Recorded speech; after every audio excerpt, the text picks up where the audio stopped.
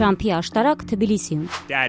Միացյալ Նահանգների նախագահ Դոնալդ Թրամփի երկրորդ որդին Էրիկ Թրամփը պաշտոնապես ներկայացրել է Trump Tower Թբիլիսի նախագիծը, որ հավակնում է դառնալ Վրաստանի ամենաբարձր շինությունը։ Շատ ուրախ եմ կիսվել Թբիլիսիի Թրամփի աշտարակի պաշտոնական նախագծով։ Գտնվելով հենց Թբիլիսիի սրտում, այս աշտարակն արագորեն կդառնա տեսարժան վայր, որպես Վրաստանի ամենաբարձր շենք։ Սա մեր առաջին նախագիծն է տարածաշրջանում, եւ մենք շատ ողջավորված ենք այն կյանքի կոչելու համար։ 70 հարկանի շքեղ երկնաքերը կառուցվելու է Թբիլիսիի կենտրոնական այգու մոտ։ Աշտարակն իր բարձրությամբ գերազանցելու է Բաթումիում գտնվող 210 մետրանոց Alliance Centropolis համալիրը, ներառելու է լյուքս դասի բնակարաններ, հյուրանոցային ենթակառուցվածքներ, պրեմիում ռեստորաններ եւ առևտրային տարածքներ։ Երկնաքերը 2 միլիարդ դոլարանոց խոշոր ներդրումային ծրագրի հիմնական մասն է։